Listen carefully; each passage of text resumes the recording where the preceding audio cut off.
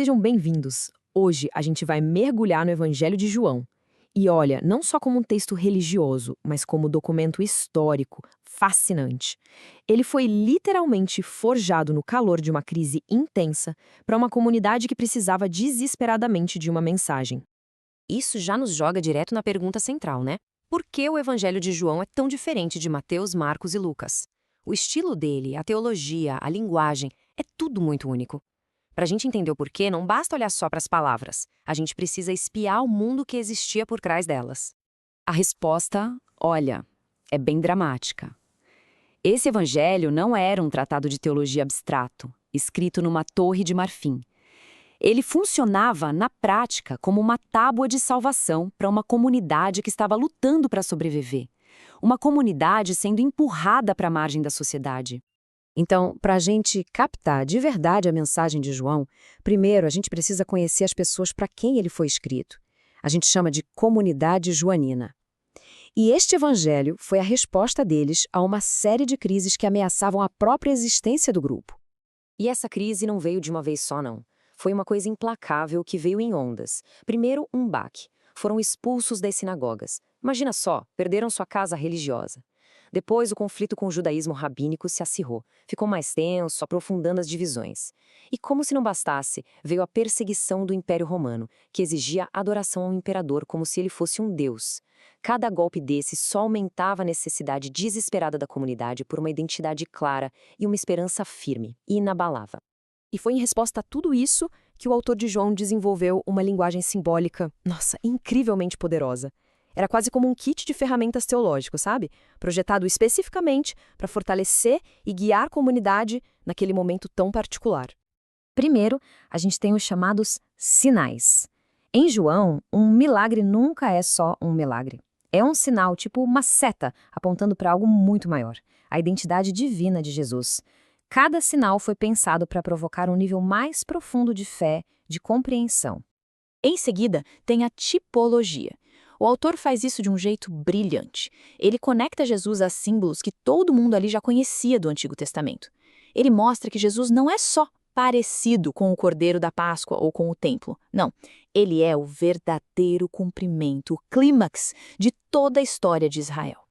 E talvez a ferramenta mais poderosa de todas: as declarações "eu sou".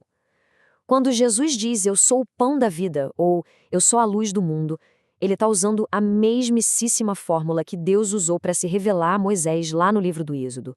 Era uma afirmação direta de divindade, um pilar para a identidade daquela comunidade. Ok, vamos ver isso na prática? Para entender como essas ferramentas funcionam juntas, vamos dar uma olhada no capítulo 6 de João, na famosa passagem do pão da vida. A narrativa se desenrola em 3 passos bem claros. Primeiro, vem a ação, o sinal, a multiplicação dos pães.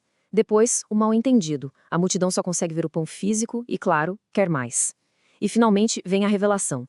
Jesus pega essa fome literal deles e usa como gancho para ensinar sobre uma fome espiritual muito mais profunda. E aqui que a tipologia fica cristalina. O autor bota lado a lado o maná do deserto, que era um alimento temporário, que não impedia a morte, e aquilo que Jesus oferece.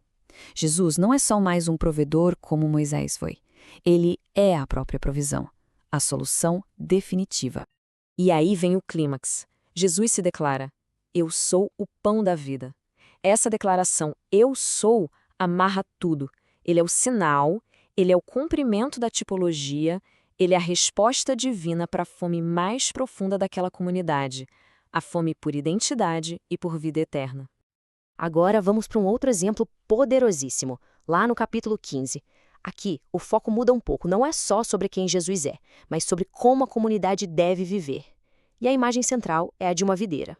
Essa tabela ajuda a gente a destrinchar essa metáfora fantástica. Jesus é a videira, a fonte da vida. Deus Pai é o agricultor, que cuida com amor, que poda, e os membros da comunidade são os ramos. E o ponto crucial, o pulo do gato, é esse. A única condição para ter vida é permanecer conectada à videira. Se separar, bom, o ramo se torna inútil e morre. Essa metáfora toda, naturalmente, leva a gente a uma pergunta, né? Se a vida vem da videira e o propósito de um ramo é dar fruto, que fruto específico essa comunidade deveria produzir? E a resposta é incrivelmente concreta. Aquela teologia que parece abstrata, da videira, ela resulta numa ação bem específica, num fruto que se torna a marca registrada, o núcleo da identidade da comunidade. É o novo mandamento. O fruto é o amor. Mas atenção, não é qualquer tipo de amor.